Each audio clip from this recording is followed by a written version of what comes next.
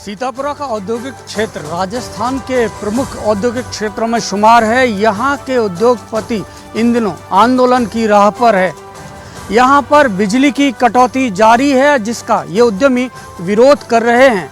उद्योगपतियों का कहना है कि दिवाली के सीज़न में इनके पास काफ़ी ऑर्डर्स हैं और इन ऑर्डर को पूरा करने के लिए उन्हें दिन रात उत्पादन करना ज़रूरी है। इसके लिए उन्होंने अतिरिक्त मैन पावर भी लगाई है, लेकिन हफ्ते में 2 से 3 दिन बिजली की कटौती के कारण ये उत्पादन पूरा नहीं कर पाएंगे और इसकी वजह से दिवाली के ऑर्डर्स को भी पूरा नहीं कर पाएंगे। आज उद्योगपतियों ने यहाँ सीतापुरा में JBBNL के एक्सीएन को अपना ज्ञापन दिया है और साथ ही चेतावनी दी है कि यदि उद्योगों में बिजली की कटौती बंद नहीं हुई तो आने वाले दिनों में विधानसभा के पास विद्युत भवन पर प्रदेश भर के उद्योगपति इकट्ठा होकर घेराव करेंगे।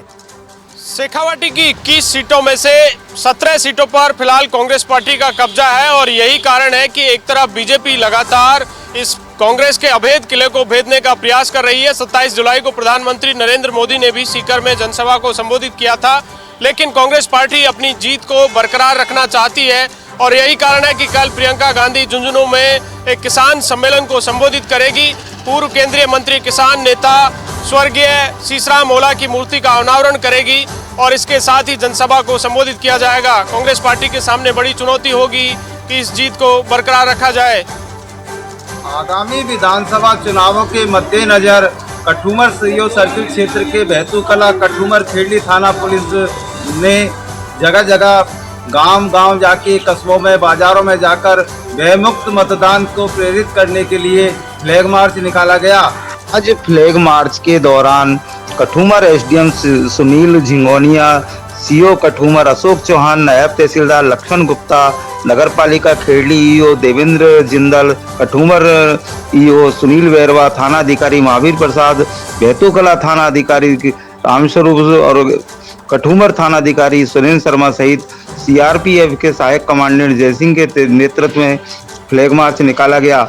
खेड़ी कस्बे सहित आधा दर्जन गांवों में भयमुक्त एवं निष्पक्ष मतदान कराने की अपील की गई तथा अपराधियों को चुनावों में गड़बड़ी नहीं फैलाने का संदेश दिया गया। अगर कोई इस तरीके से चुनावों में गड़बड़ी फैलाने की कोशिश करेगा तो उसके खिलाफ सख्त कार्रवाई अमल में लाई जाएगी। अगर किसी भी तरीके की गड़बड़ी फैलाई गई तो उनसे सख्ती से निपटा जाएगा।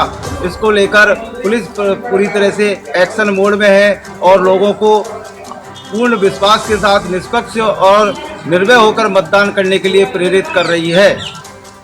असत्य पर सत्य की विजय के प्रतीक दशहरा पर्व उदयपुर के गांधी ग्राउंड में धूमधाम से मनाया गया। इस रावण के अहंकार को जलता हुआ देखने के लिए उदयपुर शहर के हजारों लाखों जनता गांधी ग्राउंड में पहुंची।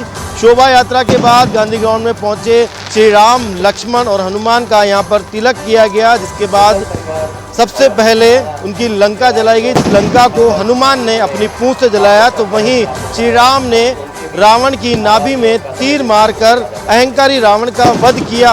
उससे पहले मेघनाद और कुंभकर्ण के करीब 60 फुट के जो पुतले हैं उनको जलाया गया और करीब 70 फीट का जो रावण है उसको भी यहाँ पर जलाया गया। इस रावण को जलता हुआ देखकर लोगों ने जय श्री राम के नारों से पूरे गांधी ग्राउंड को गुंजायमान कर दिया। गांधी ग्राउंड में इस आयोजन के साक्षी पूरा उदयपुर शहर बना। शुरुआत में करीब 7 फीट के रावण से सिंधी बलूचिस्तान की ओर से ये कार्यक्रम शुरू किया गया था। अब करीब 70 फुट का रावण गांधी ग्राउंड में जलाया जा रहा है और लगातार इस रावण का जहाँ कद बढ़ रहा है तो वहीं उसका जो दम्भ है वो जलता जा रहा है। बांसवाड़ा के कॉलेज मैदान में बुराई की अच्छाई पर जीत को लेकर आज बांसवाड़ा के कॉलेज ग्राउंड में रावण, मेघनाद और कुंभकर्ण के पुतले का दहन किया जा रहा है। कुछ ही देर में यह दहन कर दिया जाएगा। मैं आपको बता दूं, राम जी की निकली सवारी, राम जी की लीला है न्यारी की शोभा यात्रा अंबा माता मंदिर से होकर कुशलबाग मैदान में पहुंच रही है। इस बार रंग बिरंगी आतिशबाजी की जा रही है।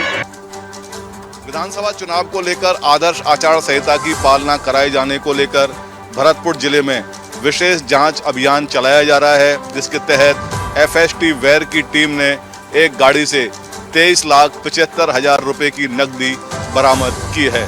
हम आपको बता दें कि भरतपुर जिले में रोजाना विशेष जांच अभियान पुलिस द्वारा व एफएसटी टीम द्वारा चलाया जा रहा है और पूर्व में भी लाखों रुपए की राशि, अवैध शराब व जेवरात बरामद किए जा चुके हैं। एफएसटी नंबर 6 के टीम प्रभारी महेंद्र सिंह ने बताया कि आदर्श आचार संहिता की पालना के साथ प्रतिबंधात्मक सामग्री के आवागमन को रोकने के निर्देश दिए गए हैं, जिसकी पालना में एफएसटी टीम वैर द्वारा बयाना रोड झील तराई के पास नाकाबंदी कराई जा रही थी। उसी दौरान एक बोलेरो गाड़ी वैर से बयाना की ओर जा रही थी, जिसकी जांच की तो उसमें 23,75,000 रुपए की राशि मिली। बोलेरो चालक जोगेंद्र सिंह निवासी जिला महेंद्रगढ़ हरियाणा तथा संजय दास जिला रतनपुर मुर्शिदाबाद पश्चिम बंगाल को राशि के बारे में जब पूछताछ की तो वे कोई संतोषजनक जवाब नहीं दे पाए। एफएसटी टीम द्वारा जब्त की गई 23,75,000 की राशि को वैर पुलिस थाना लाया गया, जहां इनकम टैक्स अधिकारियों व तहसीलदार की मौजूदगी में आवश्यक कार्रवाई को अंजाम दिया गया। मनिया थाना क्षेत्र में एक व्यापारी के साथ 3 बदमाशों ने लूट को दिया अंजाम। बाइक पर आए 3 बदमाश अड़तिया से व्यापारी से 4 लाख रुपए लेकर हुए मौके से फरार। मिली जानकारी के अनुसार मनिया कस्बे में रहने वाला व्यापारी संतोष मांगरोल कस्बे में अपनी आड़त की दुकान पर पैसे लेके जा रहा था। इसी दौरान बाल गोविंद कापरा और मांगरोल गांव के बीच पीछे से एक बाइक पर आए 3 बदमाशों ने व्यापारी की बाइक को टक्कर मार दी, जिससे व्यापारी नीचे गिर गया। इसी दौरान दूसरी बाइक पर बैठे 3 बदमाश व्यापारी के हाथ में लगा बैग लेकर फरार हो गए। व्यापारी ने बताया था बैग में 4 लाख रुपए थे। फिलहाल व्यापारी ने पुलिस को सूचना दे दी है। पुलिस ने फुटेज निकालकर कार्रवाई की जा रही है। फिलहाल पुलिस ने अज्ञात बदमाशों के खिलाफ मुकदमा दर्ज कर लिया है। वहीं सीसीटीवी फुटेज में आरोपी की तलाश की जा रही है। डीग जिले के कामा व पहाड़ी क्षेत्र में परिवहन विभाग व पुलिस ने संयुक्त रूप से कार्रवाई करते हुए दर्जनों ओवरलोड वाहनों को जब्त किया है। अचानक हुई कार्रवाई के बाद ओवरलोड संचालकों में हड़कंप मचा हुआ है। प्रादेशिक परिवहन अधिकारी जगदीश बैरवा ने बताया कि परिवहन विभाग की टीम व पुलिस द्वारा ओवरलोड वाहनों के खिलाफ कामा पहाड़ी क्षेत्र में संयुक्त अभियान चलाया गया है, जिसके अंतर्गत 4 ओवरलोड वाहनों के चालान काटे गए हैं। वहीं एक ओवरलोड वाहन को जब्त किया गया है।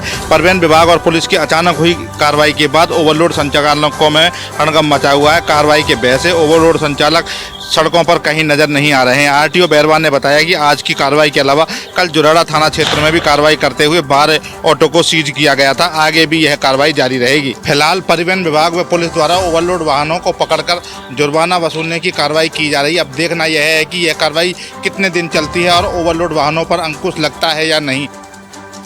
तगड़गढ़ नगर पालिका के वार्ड संख्या 5 में आज विधायक के खिलाफ में वार्ड वासियों का गुस्सा देखने को मिला। वार्ड वासियों ने विधायक का पुतला दहन कर नारेबाजी कर विधायक आया है और नगर पालिका प्रशासन आया है कि नारे लगाकर विरोध प्रदर्शन किया है। मैं आपको बताना चाहूँगा कि वार्ड वासियों ने बताया कि पिछले लंबे समय से हम वार्ड में जो समस्या है पानी, सड़क और बिजली की, उसको लेकर हमने पार्षद, नगर पालिका अध्यक्ष और नगर पालिका प्रशासन को पिछले 3.5 साल से लगातार अवगत कराते, लेकिन हमारी बातों को कोई ध्यान नहीं दे रहा है और हमारे वार्ड में विकास नहीं हो रहा, जिसको लेकर आज वार्ड वासियों का गुस्सा देखने को मिला। वार्ड वासियों ने आज खेजड़िया हनुमान जी के मंदिर के पास में विधायक का पुतला दहन किया और विधायक का पुतला दहन कर वार्ड वासियों ने विधायक के प्रति नाराजगी जताई है। तो उन्होंने कहा कि अब आचार संहिता लगी हुई है, हमने मुख्यमंत्री बजट घोषणा की जो सड़क है वो ली हुई है, लेकिन आचार संहिता लगने के कारण काम नहीं हो रहा है। लेकिन देखना होगा ये कि पिछले लंबे समय से विधायक हो या पार्षद हो या नगर पालिका अध्यक्ष को अवगत कराया है। पूर्व में भी वार्ड वासियों ने नगर पालिका अध्यक्ष और नगर पालिका पार्षद का पुतला दहन किया था। सिक्किम में बादल फटने से शहीद हुए सेना के जवान हनुमानाराम जाट का आज उनके पैतृक गांव अमरपुरा की ढाणी में अंतिम संस्कार किया गया। उनके 5 वर्षीय बेटे यश ने अपने पिता को मुखाग्नि दी। राष्ट्रभक्ति गीतों के बीच तिरंगा यात्रा निकालकर पार्थिव देह मंगलवार को उनके पैतृक गांव अमरपुरा स्थित पवारों की ढाणी पहुंची, जहां अंतिम दर्शनों के बाद दोपहर को राजकीय सम्मान के साथ शहीद का अंतिम संस्कार किया गया। शहीद के 5 साल के बेटे यश ने सेना की वर्दी पहनकर पिता को आखिरी सलाम किया। शहीद हनुमानाराम सेना के बरदांग एफडी हॉस्पिटल में सेवारत थे। वे 8 साल 7 महीने पहले सेना में भर्ती हुए थे। शहीद के परिवार में पिता सुंडाराम, माता सोनकी देवी, पत्नी लीला, बेटा यश और बेटी दीक्षिता चौधरी है। एक छोटा भाई है जो गांव में खेती करता है। शहीद की अंतिम विदाई में सेना के सेवानिवृत्त जवान, सांसद भागीरथ चौधरी, पुष्कर विधायक सुरेश रावत, पूर्व विधायक नसीम अख्तर, सरपंच संघ के जिला अध्यक्ष हरिराम बाना सहित बड़ी संख्या में ग्रामवासी मौजूद रहे। बूंदी शहर में युवक पर चाकुओं और देसी कट्टे से फायर के बाद सनसनी फैल गई है। युवक को गंभीर घायल अवस्था में जिला अस्पताल में इलाज के लिए भर्ती करवाया है। मामले में कोतवाली थाने के सहायक उप निरीक्षक खेमराज मीणा ने जानकारी देते हुए बताया कि घटना ब्रह्मपुरी काबे के चौक की है, जहां पर अब्दुल रईस नामक युवक अपने घर से बाजार की ओर जा रहा था। तभी पहले से घात लगाकर बैठे दो युवकों ने उस पर चाकू से ताबड़तोड़ वार कर देसी कट्टे से फायर कर दिया। घटना की जानकारी से समूचे पुलिस प्रशासन में हड़कंप मच गया। कोतवाली थाना प्रभारी पवन कुमार मीणा और पुलिस उपाधीक्षक नरेंद्र पारिक तत्काल जिला अस्पताल पहुंचे और घटना की जानकारी ली। पुलिस ने घायल युवक अब्दुल रईस के पर्चा बयान के आधार पर आरोपी कालू और फ्रंटर की तलाशी शुरू कर दी है। पुलिस मामले को लेन देन से भी जोड़कर देख रही है। मामला आपसी लेन देन का बताया जा रहा है। फिलहाल पुलिस ने मामले में 2 आरोपियों को नामजद किया है। जांच जारी है। अवसर में शहीद मेजर विकास भम्बू की मूर्ति हटाने का मामला। देर रात्रि को चौक पर फिर से लगाई गई मूर्ति। सी विजिल ऐप पर शिकायत के बाद हटाई गई थी मूर्ति। सोमवार को मूर्ति हटाने पर स्वर समाज ने जताया था रोष। हनुमानगढ़ जिले के रावसर में शहीद मेजर विकास भम्बू की मूर्ति हटाने के प्रकरण को लेकर चल रहे आंदोलन के तहत बीती देर रात्रि मूर्ति को वापस शहीद स्मारक पर लगा दिया गया। स्वर समाज के लोगों ने बीते कल रावसर में किया था विरोध प्रदर्शन। विरोध प्रदर्शन के चलते बीती रात्रि को मूर्ति को वापस कोर्ट रोड स्थित स्मारक स्थल पर लगा दिया गया। मूर्ति को पूर्ण रूप से कवर कर लगाया गया है। मामराज धानक की हत्याकांड मामले में नेता प्रतिपक्ष राजेंद्र राठौड़ के नेतृत्व में एसपी से मिला प्रतिनिधिमंडल। 2 नवंबर तक आरोपियों की गिरफ्तारी नहीं होने पर दी घेराव की चेतावनी। चूरू जिले के मामराज धानक हत्याकांड मामले में पुलिस के द्वारा आरोपियों को गिरफ्तार नहीं करने को लेकर मंगलवार को नेता प्रतिपक्ष राजेंद्र राठौड़ और धानक समाज के प्रदेश संरक्षक सीताराम लुगरिया के नेतृत्व में एक प्रतिनिधिमंडल ने एसपी प्रवीण नायक से मुलाकात की।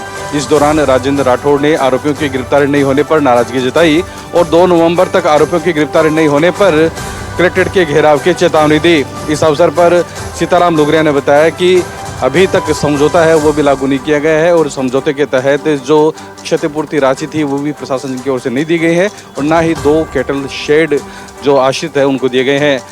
सीताराम लुगरिया ने बताया कि अगर जल्द ही सभी मांगों को पूरा नहीं किया गया तो 2 नवंबर को बड़े स्तर पर कलेक्ट्रेट का घेराव कर आंदोलन किया जाएगा। इस मौके पर धानक समाज के बड़ी संख्या में लोग उपस्थित थे।